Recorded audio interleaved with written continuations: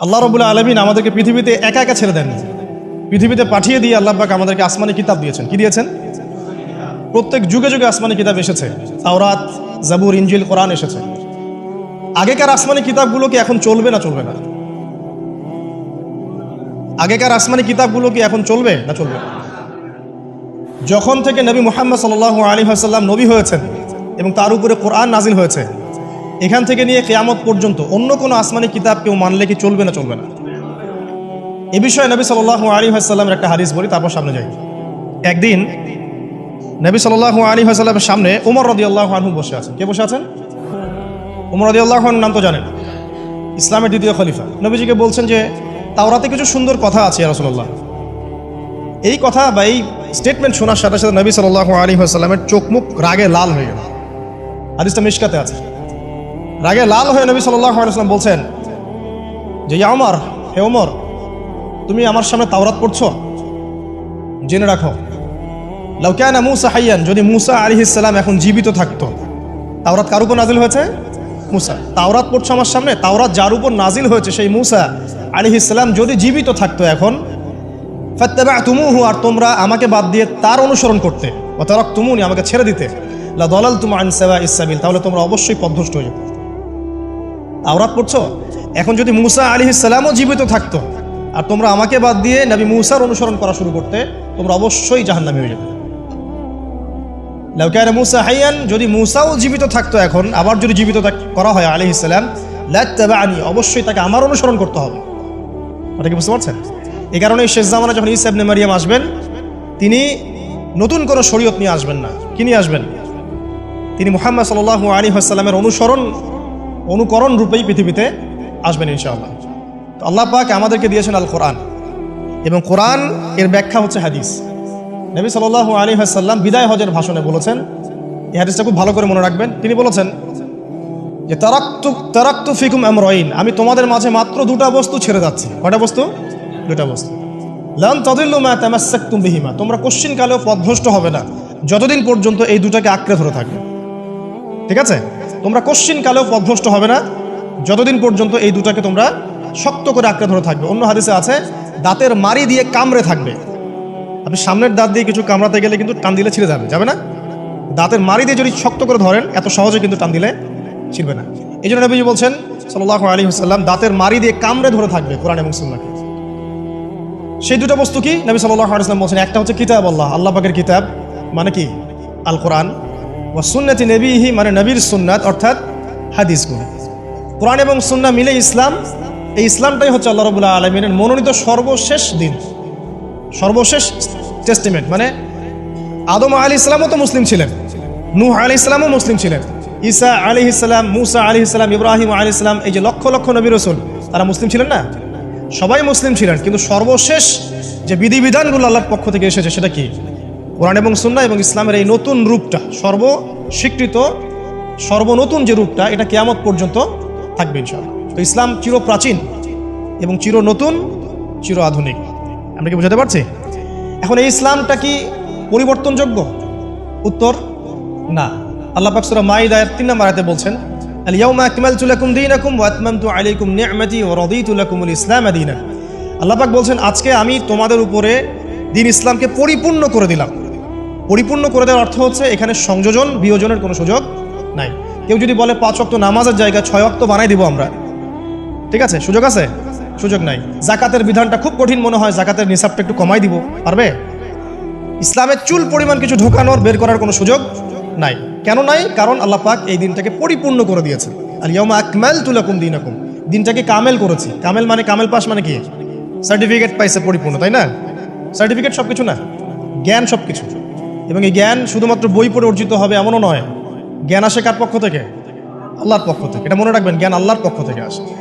হ্যাঁ, জ্ঞান কখন আসবে? যখন আপনি পরিশ্রম করবেন, আপনার পরিশ্রম আল্লাহ পাক দেখবেন, আপনি ধারাবাহিকভাবে লেগে থাকবেন, আল্লাহর কাছে বেশি বেশি দোয়া করবেন, পাপ ছেড়ে দিবেন, গুনাহ ছেড়ে দিবেন, গুনাহমুক্ত অন্তর নিয়ে আল্লাহর কাছে কান্নাকাটি করবেন, আল্লাহ পাক ইনশাআল্লাহ ইলম দান করবেন ইনশাআল্লাহ। ইমাম শাফিঈ রাহিমাহুল্লাহ বলতেন যে আমি অনেক পড়ি কিন্তু ভুলে যাই। তার ওস্তাদ তাকে বললেন যে তুমি পাপ করা ছেড়ে দাও, যদি গুনাহ করতে থাকো তাহলে তোমার অন্তরে আল্লাহর নূর নাজিল হবে না। ঠিক আছে?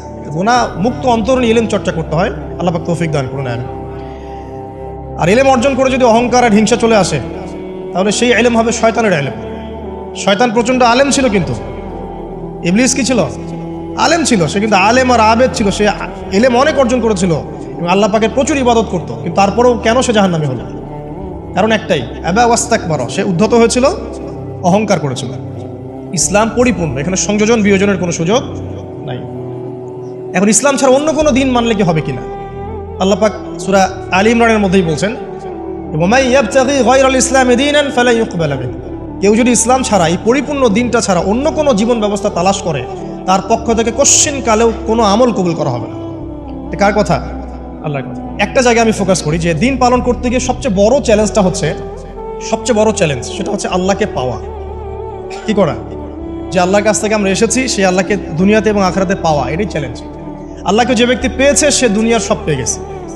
আল্লাহকে যে পায় নাই সে আসলে কিছুই পায় নাই, ইহকাল পরকালের কিছুই পায়নি। এখন আমরা আল্লাহকে পাবো কিভাবে? এটা বড় প্রশ্ন না? যে আল্লাহর কাছ থেকে, যে জান্নাত থেকে আমরা পৃথিবীতে চলে আসলাম, আর সেই জান্নাতে যেতে হলে তো আমাকে আল্লাহকে পেতে হবে। আল্লাহকে পেতে হলে আমার কি কি করণীয়? খুব শর্ট করে আমি কয়েকটা পয়েন্টস আপনাদেরকে শেয়ার করছি। 1 নাম্বার, আল্লাহকে পেতে হলে অবশ্যই তার নবী মুহাম্মদ সাল্লাল্লাহু আলাইহি ওয়াসাল্লামকে অনুসরণ করতে হবে। এছাড়া আল্লাহকে পাওয়ার দ্বিতীয় কোনো পথ নেই। আল্লাহকে পেতে হলে অবশ্যই তার নবী মুহাম্মদ সাল্লাল্লাহু আলাইহি ওয়াসাল্লামের আদর্শগুলো জীবনের প্রতিটা ক্ষেত্রে বাস্তবায়ন করতে হবে। চলাফেরা, ওঠা বসা, খাওয়া দাওয়া, ইস্তেঞ্জা করা, মুআমালাত, ব্যবসা বাণিজ্য, অর্থনীতি, সমাজ, রাষ্ট্র, সব ক্ষেত্রে আপনাকে মুহাম্মদ সাল্লাল্লাহু আলাইহি ওয়াসাল্লামের তরিকা, আদর্শটাকে ফলো করতে হবে। তাহলে আপনি আল্লাহকে পাবেন ইনশাআল্লাহ। যে ব্যক্তি আল্লাহকে পেয়েছে সে দুনিয়াও পেয়েছে, আখিরাতও পেয়েছে। যে আল্লাহকে পায় নাই, দুনিয়াও বরবাদ, আখিরাতও বরবাদ। 1 নাম্বার তাহলে কি কাজ? আল্লাহ পাকের সর্বশেষ নবী মুহাম্মদ সাল্লাল্লাহু আলাইহি ওয়াসাল্লামকে অনুসরণ করা, তার আদর্শ মেনে চলা। 1 নাম্বার। 2 নাম্বার হচ্ছে 5 ওয়াক্ত নামাজ। আল্লাহকে পেতে হলে নামাজ লাগবে। নামাজ নাই, আল্লাহ নাই। ওয়াস্তাঈনু বিস-সাবরি ওয়াস-সালাত, তোমরা সবর এবং সালাতের মধ্য দিয়ে আল্লাহর সাহায্য প্রার্থনা করো। আমরা এই জন্য নামাজে বলি ইয়্যাকা না'বুদু ওয়া ইয়্যাকা নাস্তাঈন, আমরা শুধু আপনারই ইবাদত করি এবং আপনার কাছেই সাহায্য প্রার্থনা করি। আল্লাহকে পেতে হলে নামাজের কোনো বিকল্প নাই। যে ব্যক্তি নামাজ পড়ে না, আল্লাহর সাথে তার কোনো সম্পর্ক নেই, নো কানেকশন। আপনি যে কোনো কিছু চাচ্ছেন, সেজদায় পড়ে আল্লাহর সামনে আত্মসমর্পণ করেই চাইতে হবে। ওয়াসজুদ ওয়াক্তারিব, আল্লাহ পাক কি বলেছেন? সেজদা করো, নিকটবর্তী হও। তো ব্যাখ্যা অনেক করা যায়। নামাজ না পড়লে কিন্তু মানুষ কুফরিতে লিপ্ত হয়। যে ব্যক্তি মান তারাকা সালাতা মুতাআম্মিদান ফাকাদ কাফারা, যে ব্যক্তি সালাতকে অস্বীকার করে, ফরজ নামাজকে অস্বীকার করে, সে ব্যক্তি কিন্তু কুফরিতে চলে যায়। ঠিক আছে? তারপরে বাইনা রাজুলি ওয়া বাইনা শিরকি ওয়াল কুফরি তারকুস সালাহ, একজন মুমিন বান্দা এবং অমুসলিমদের মধ্যে পার্থক্যই নামাজ। নামাজের বিষয়ে অনেক কথা আমি আগেও বলেছি, আপনারা শুনেছেন, অন্য আলেমদের কাছেও শুনেছেন। এক বাক্যে নামাজ না পড়লে ইসলামের রশিটা কেটে যাবে। মুআয বিন জাবালকে নবী সাল্লাল্লাহু আলাইহি ওয়াসাল্লাম বলেছেন যে যদি মান তারাকা সালাতা মুতাআম্মিদান, কেউ যদি সালাতকে ইচ্ছা করে ছেড়ে দেয়, ফাকাদ বারিআত মিন জিম্মাতিল্লাহ, সে ব্যক্তি আল্লাহর জিম্মেদারি থেকে মুক্ত হয়ে যাবে। তার উপর আল্লাহর কোনো জিম্মাদারি নাই, আল্লাহর নিরাপত্তা, জিম্মাদারি থেকে সে মুক্ত।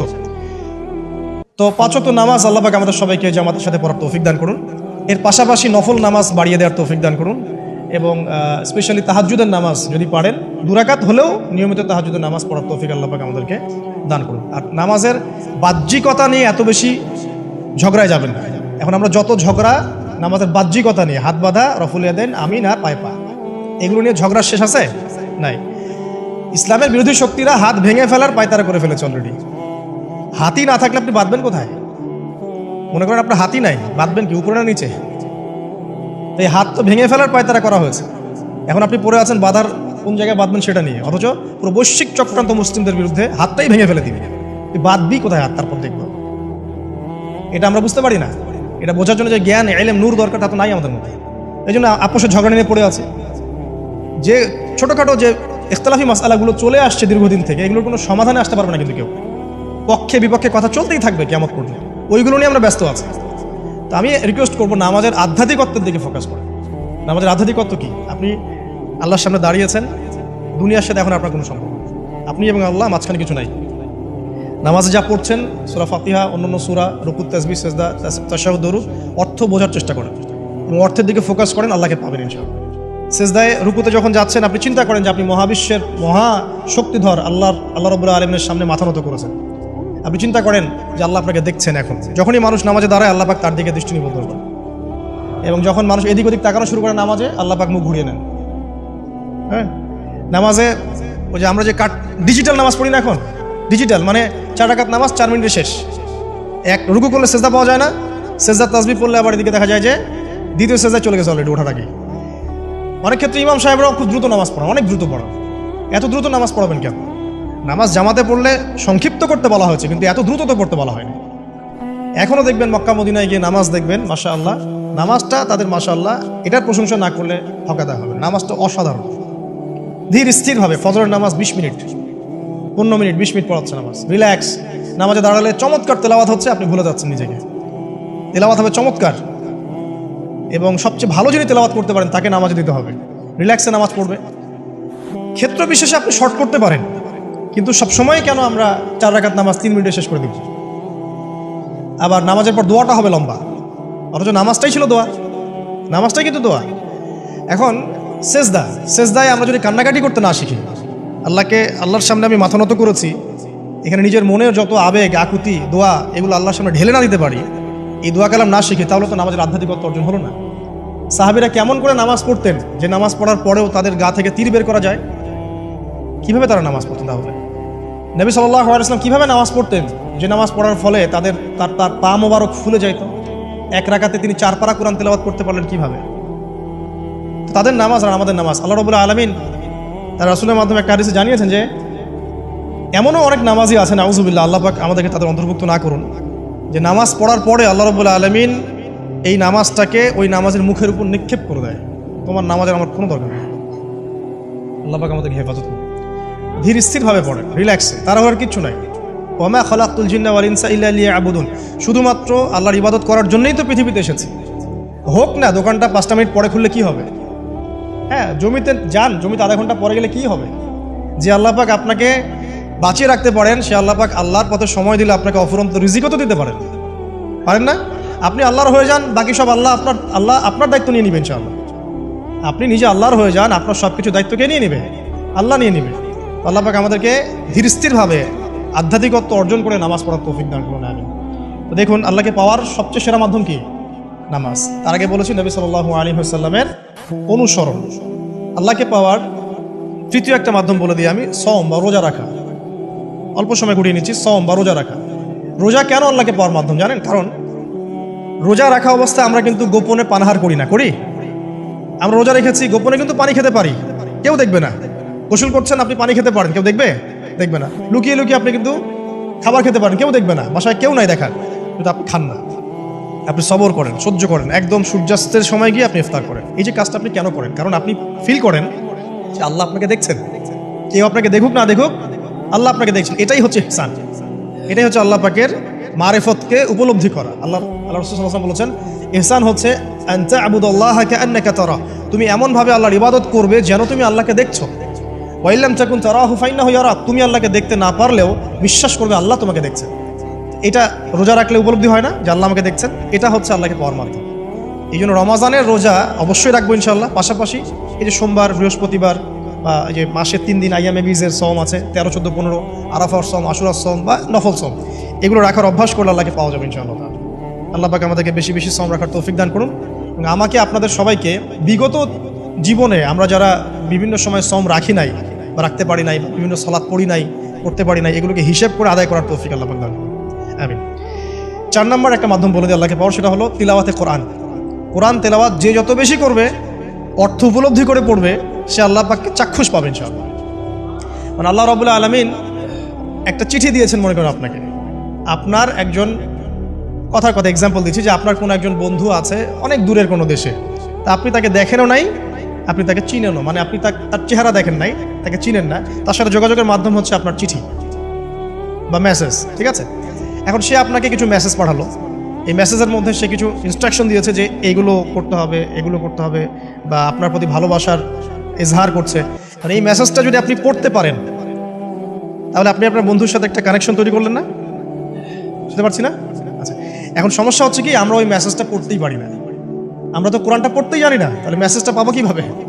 আর যারা পড়তে জানি সেই ভাষাটা বুঝি না। এখন ওই বন্ধু মনে করেন চিঠি লিখেছে বাংলা ভাষায়, আর আপনি বাংলা পড়তে জানেন না, তাহলে কি পারবেন উপলব্ধি করতে তার মনের ভাব, সেই বন্ধুর আবেগ, ভালোবাসা, প্রেম আপনি কি উপলব্ধি করতে পারবেন? লিখেছে সে উর্দু দিয়ে বা ইংরেজিতে, আপনি ইংরেজি বোঝেন না, ইংরেজি লিখতে পারেন না, তাহলে কি আপনি তার চিঠি বুঝতে পারবেন?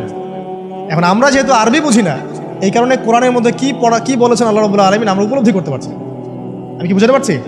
তো কোরআন শুধুমাত্র তিলাওয়াত করা যথেষ্ট নয়। তিলাওয়াত করলে আপনি প্রত্যেক হরফে 10 টাকা পাবেন, কোনো সমস্যা নাই, কিন্তু ওই মেসেজটাকে উপলব্ধি করতে হলে আপনার অর্থটা জানতে হবে। অর্থ জানলে পরে আপনি দেখবেন আল্লাহকে আপনি চাক্ষুর সামনে পাচ্ছেন ইনশাআল্লাহ। আপনি হতাশ হয়েছেন, হতাশা দূর করার জন্য সূরা আছে কোরআন। বিপদে পড়েছেন, বিপদ দূর করার সূরা আছে কোরআন। আপনার রিজিকের সমস্যা কাটানোর সূরা কোরআনে আছে। কোনো হাজতের প্রয়োজন, সূরা ইয়াসিন, হাজতের সূরা চলে আসে। অসুস্থ হয়েছেন, শেফার সূরা কোরআনে আছে। বা কাউকে জিন টোনা করা হয়েছে, বান টোনা করা হয়েছে, ওর শেফাও কোরআনে আছে। এমন কোনো বিষয় নাই যেটা আল্লাহ রাব্বুল আলামিন কোরআনের মধ্যে নাজিল করেন নাই। ব্যবসা করতে চান, কোরআন কথা বলবে, ঠিক আছে? আপনি সামাজিক বিষয়ে ডিল করতে চান, সূরা হুজুরাত কথা বলবে। আপনি ইতিহাস ভালোবাসেন, কোরআনে ইতিহাস দিয়ে ভর্তি করা আছে। আপনি কাব্য ভালোবাসেন, কবিতা পড়তে ভালোবাসেন, কোরআনের মধ্যে কবিতা দিয়েও ভর্তি আছে। আর রহমান আল্লামাল কোরআন খালাকাল ইনসান, এখানে ছন্দ আছে না? প্রত্যেকটা ছন্দ, ওয়ান নাজমি ইযা হাওয়া মা দাল্লা সাহিবুকুম ওয়া মা গাওয়া ওয়া মা ইয়ানতিকু আনিল হাওয়া, ছন্দ আছে না? আপনি উপন্যাস ভালোবাসেন, কোরআনে অনেক উপন্যাস আছে। যা চান তাই পাবেন কোরআন। এক কথায় আপনি আল্লাহকে পাবেন কোরআনের মধ্য দিয়ে। কোরআনের সাথে যার সম্পর্ক যত বেশি, আল্লাহর মারিফত সে তত বেশি পাবে ইনশাআল্লাহ আযজা ওয়া জাল। 4টা বলেছি না? 5 নাম্বার হচ্ছে হজ উমরা করা। হজ উমরা আল্লাহ পাক আমাদের সবাইকে বেশি বেশি করার তৌফিক দেয়। হজ এবং উমরা এমন কিছু কাজ আছে যে কাজগুলো সরাসরি আপনার সাথে আল্লাহ পাকে কানেকশন করাবে। আরাফার মাঠে যাবেন, ওই মাঠে কি কিয়ামত হবে না? আল্লাহকে চিনতে পারবেন এখানেই। তারপরে যে সাই করেন না, সাফা মারওয়া সাই করে, ওখানে গেলে আপনি বুঝতে পারবেন যে কিভাবে ইসমাইল আলাইহিস সালামকে পানি দেওয়ার জন্য তার মা হাজারা এখানে দৌড়াদৌড়ি করেছে। বাইতুল্লাহ দেখবেন, আপনি চিনবেন যে আল্লাহর তাওহীদ কি জিনিস। চোখে দেখার সাথে সাথে আপনার ভিতরে এমন একটা ফিলিংস আসবে যেটা ভাষায় প্রকাশ করা যাবে। চোখে দেখার সাথে সাথে এমন একটা ফিলিংস আসবে, আপনাকে আমি এটা ভাষায় প্রকাশ করে বোঝাতে পারবো না। আপনি জানবেন ইব্রাহিম আলাইহিস সালাম এবং তার ছেলে ইসমাইল আলাইহিস সালাম বাপ বেটা মিলে রাজমিস্ত্রি কাজ করেছে। এটা আপনি জামজাম কূপ দেখবেন, পানি পান করবেন, আল্লাহকে চিনতে পারবেন। এই কূপ অলৌকিক, এই কূপের মতো কূপ নাই পৃথিবীতে, এর পানি কখনো শেষ হয় না। এবং এই পানি খেয়ে মানুষ বেঁচে থাকতে পারে, খাবারের দরকার হবে না। দীর্ঘদিন পর্যন্ত এই পানি খেয়ে মানুষ বেঁচে থাকতে পারবে, খাবারের প্রয়োজন হয় না। তো এই পানির মধ্যে এমন কিছু উপাদান আছে যেটা মানুষের শরীরের রোগগুলোকে শেফা দিয়ে দিবে ইনশাআল্লাহ তাআলা আল্লাহর হুকুমে।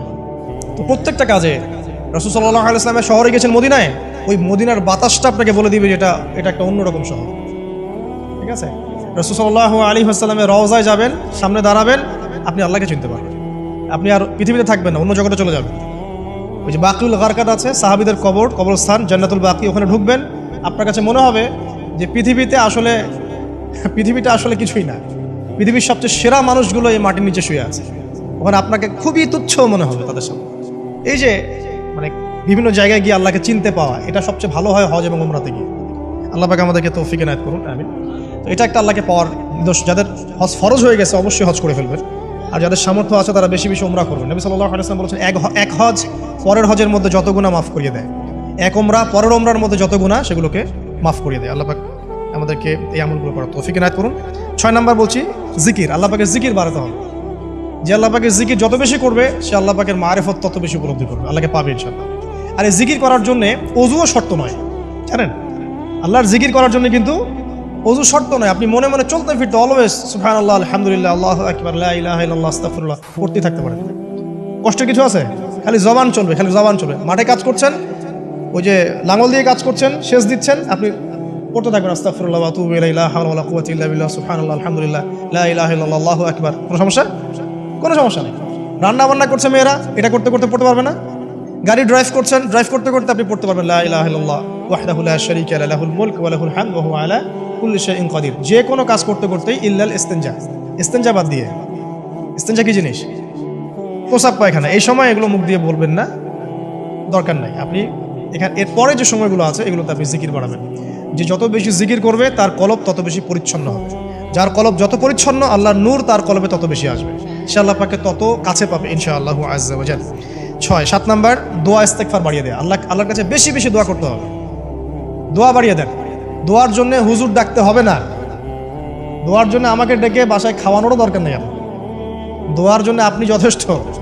নামাজে দাঁড়ান, নামাজের সেজদায় দোয়া করেন, নফল নামাজ পড়েন, নফল নামাজের সেজদায় দোয়া করেন, নামাজের পরে হাত তুলে দোয়া করেন, প্রয়োজনে নামাজে সালাম ফেরানোর আগে দোয়া করেন, যে কোনো ভালো কাজ করেছেন তারপর দোয়া করেন, ঠিক আছে? কোরআন তেলাওয়াত করলেন, দোয়া করেন, তাহাজ্জুদের ওয়াক্তে দোয়া করেন, বৃষ্টি পড়ছে তখন দোয়া করেন, ঠিক আছে? মানে দোয়া কবুলের মোমেন্ট, সময়গুলো, আজান হয়েছে, আজান ইকামতের মাঝখানে দোয়া করেন, এই যে এখন খুতবা হচ্ছে এই সময় দোয়া করেন, দোয়া কবুল হবে। দিনই মসজিদে বসেছেন, দোয়া করেন, দোয়া করতে থাকেন। যত বেশি আপনি দোয়া করতে পারবেন আল্লাহর কাছে, ইনশাআল্লাহ আল্লাহকে আপনি তত কাছে পাবেন ইনশাআল্লাহ। এটা আল্লাহকে পাওয়ার অন্যতম মাধ্যম। এবং ইস্তেগফার মানে কি? তওবা করা, আস্তাগফিরুল্লাহাল্লাযী লা ইলাহা ইল্লা হুয়াল হাইয়ুল কাইয়ুম ওয়া আতুবু ইলাইহি, এটা বেশি বেশি পড়বেন। দিনে কমপক্ষে 70 বার বা 100 বার পড়ার চেষ্টা করবেন। আল্লাহ পাক তৌফিক দান করুন। কয়টা বলেছি ভাই? 7টা। আচ্ছা, 8 নাম্বার হচ্ছে সদকা করা। সদকা, দান সদাকা আল্লাহর কাছে খুব বেশি পছন্দের। দান সদকা করার জন্য সম্পদ লাগে না, আমার কথা শুনে। দান সদকা করার জন্য সম্পদ লাগে না, কলিজা লাগে, মন লাগে। বহু বড় বড় মানুষ আছে দান সদকা করতে পারে না, কোটিপতি, জাকাত দেয় না, আছে না? আর বহু গরিব মানুষ ভ্যান চালায়, কৃষিকাজ করে, দেখবেন 100 টাকা দান করে দিল। মন থাকতে হয়, মন, কলিজা বড় থাকতে হয়। তো যাদের কলিজা বড়, মন বড়, তারা দান সদকা করতে পারবে ইনশাআল্লাহ। আর যার মন বড়, সেখানেই তো আল্লাহ নূর আসবে। সংক্ষিপ্ত মনে কি, সংকীর্ণ মন আল্লাহ নূর কোত্থেকে আসবে? কথা বুঝতে পারেন নাই? তো দান সদকা বাড়ান। আপনি 1 টাকা দান করেন, 5 টাকা দান করেন, হালাল রিজিক থেকে 1 টাকা দান করেন, সেটা আল্লাহর কাছে অনেক বেশি পছন্দের। একটা হাদিসে নবী সাল্লাল্লাহু আলাইহি ওয়াসাল্লাম বলেছেন, হালাল উপার্জন থেকে আল্লাহর বান্দারা যখন একটা খেজুরও দান করে, আল্লাহ পাক সেই একটা খেজুরকে আস্তে আস্তে বড় করতে থাকেন, বড় করতে থাকেন, বড় করতে থাকেন। এটা এক পর্যায়ে পাহাড়ের সমান হয়ে যায়। এবং কিয়ামতের মাঠে মানুষ তার দান এবং সাদাকার যে ছায়া, এই ছায়ার নিচে অবস্থান করবে। আপনার বিপদ হয়েছে, দান সদকা করেন, বিপদ দূর হয়ে যাবে ইনশাআল্লাহ। জটিল কোনো রোগ হয়েছে, কোনো ডাক্তার ট্রিটমেন্ট করতে পারছে না, সদকা করেন, রোগ ভালো হয়ে যেতে পারে ইনশাআল্লাহ। সদকার ব্যাপক ফজিলত আছে। সদাকা, দান সদাকা, দোয়া, এগুলো তাকদিরের যে বিপদ আপদগুলো আছে না, ঝুলে আছে, আমাদের তাকদিরে বিপদ আছে না অনেক, এগুলোকেও সরিয়ে দিতে পারে আল্লাহ। এই শক্তি আছে দোয়া এবং দান সদকার মধ্যে। আল্লাহ পাক আমাদেরকে বেশি বেশি সদাকা করার তৌফিক দান করুন, আমিন। আর সদাকা নফল না করতে পারলেও কমপক্ষে ফরজ জাকাতটুকু দিবেন, ফরজ জাকাতটুকু দিবেন। কারণ জাকাত, সদকা এবং ব্যবসা, এগুলো হচ্ছে ইসলামিক অর্থনীতির মূল ভিত্তি, এর সাথে কৃষিকাজ। আর দুটো বলে শেষ করে দেই। 9 নম্বর হচ্ছে আমর বিল মারুফ এবং নাহি আনিল মুনকারের কাজ করা, মানে সৎ কাজের আদেশ করা, মানুষকে অসৎ কাজে নিষেধ করা। এই কাজটা যে যত বেশি করবে, সে তত বড় ব্যবসায়ী। কারণ কি, আপনার দাওয়াতে, আপনার লেকচার শুনে, আপনার বই পড়ে, আপনার নসিহত শুনে যদি একটা মানুষও দিনের পথে ফিরে আসে, ওই একটা মানুষের সারা জীবনের যে নেক কাজ, এই সমস্ত নেক কাজের একটা অংশ আপনি পাবেন। আবার আপনি কাউকে অন্যায় থেকে বারণ করেছেন, আপনার দাওয়াত শুনে কেউ সিগারেট ছেড়ে দিয়েছে, মাদক ছেড়ে দিয়েছে, জেনা ছেড়ে দিয়েছে, পণ ছেড়ে দিয়েছে, বা হারাম সুদ ছেড়ে দিয়েছে, ওই মানুষটা এখন সারা জীবন যত ভালো কাজ করবে, এই পুরো ভালো কাজের একটা অংশ আপনি পাবেন ইনশাআল্লাহ। এর চেয়ে বড় কিন্তু কোনো ব্যবসা নাই। এই কাজটা করলে আল্লাহ পাকের রহমত নেমে আসে, আর এই কাজটা ছেড়ে দিলে আল্লাহ পাকের গজব নেমে আসবে। যখন মানুষ ন্যায়ের আদেশ এবং অন্যায় নিষেধ ছেড়ে দিবে, আল্লাহর গজব নেমে আসবে। আর মানুষ যত বেশি সৎ কাজে আদেশ করবে, অসৎ কাজে নিষেধ করবে, আল্লাহর রহমত তত কাছে আসবে ইনশাআল্লাহ। আল্লাহকে পাওয়া যাবে ইনশাআল্লাহ তাআলা। আল্লাহ পাক আমাদেরকে তৌফিক এনায়েত করুন। আর সর্বশেষ একটা বলে শেষ করে দেই, সেটা হলো যে আল্লাহর দিনকে, আল্লাহর দিনের খেদমত করা বা দিনের কল্যাণে নিজেকে নিয়োজিত রাখা। আল্লাহর দিনের খেদমত করা বা দিনের কল্যাণে নিজেকে নিয়োজিত করলে আল্লাহ পাককে পাওয়া যাবে ইনশাআল্লাহ। এই পৃথিবীতে আল্লাহ পাকের সবচেয়ে গুরুত্বপূর্ণ জিনিসটা কি? নিয়ামতটা কি? আল্লাহর দিন না? এই দিন ছাড়া কি পৃথিবীতে আর কিছু আছে? একটা হাদিসে আসছে যে পুরো পৃথিবীটাই তো অভিশপ্ত। পুরো পৃথিবীটা কি? অভিশপ্ত। শুধুমাত্র দিনের এলেম অর্জনের জায়গা ছাড়া, তালেবে এলেমদের জায়গা ছাড়া, দিনী মাহফিলগুলো ছাড়া, যেখানে নামাজ হয়, এই জায়গাগুলো ছাড়া বাকি সব অভিশপ্ত জায়গা। তো এখানে পৃথিবীতে সবচেয়ে গুরুত্বপূর্ণ এবং ইম্পর্টেন্ট, আল্লাহর কাছে প্রিয় জিনিসটা কি? আল্লাহর দিন। তো আল্লাহর সেই প্রিয় জিনিসটাকে যারা এগিয়ে নেওয়ার চেষ্টা করবে, সেই দিনের খেদমত করার চেষ্টা করবে, দিনের জন্য একটা মসজিদ করা, একটা মাদ্রাসা করা, হ্যাঁ, একটা কোনো ভালো কোনো প্রকল্প করার চেষ্টা করবে, আল্লাহ পাক কি তাদেরকে রক্ষণাবেক্ষণ করবেন না? আল্লাহ পাক তাদের অভিভাবক হবেন না? নিঃসন্দেহে হবেন ইনশাআল্লাহ। এবং ইনশাআল্লাহ তাআলা তারা পৃথিবীতেও সফল হবে, পরকালেও ইনশাআল্লাহ তাআলা সাফল্যের চাদর তাদেরকে আঁকড়ে ধরবে ইনশাআল্লাহ তাআলা। আল্লাহ রাব্বুল আলামিন আমরা সবাইকে এই দুনিয়াতে আল্লাহকে পাওয়ার তৌফিক দান করুন, এবং যে কাজগুলো করলে পরে আল্লাহকে পাওয়া যায়, সেই কাজগুলো বেশি বেশি করে করার তৌফিক আল্লাহ পাক দান করুন। এবং পরকাল আল্লাহ রাব্বুল আলামিন আমাদের গুনাহগুলোকে মাফ করে আল্লাহর রহমতের চাদরে আমাদেরকে আবৃত করে নিন। আল্লাহুম্মা আমিন। আকুলু কওলি হাযা আস্তাগফিরুল্লাহ লি ওয়া লাকুম ওয়া লিসাইরিল মুসলিমিন। বারাকাল্লাহু লানা ওয়া লাকুম বিল আয়াতিল হাকীম। ইন্নাহু তাআলা জাওয়াদুন কারীম ওয়া রাউফুর রহিম।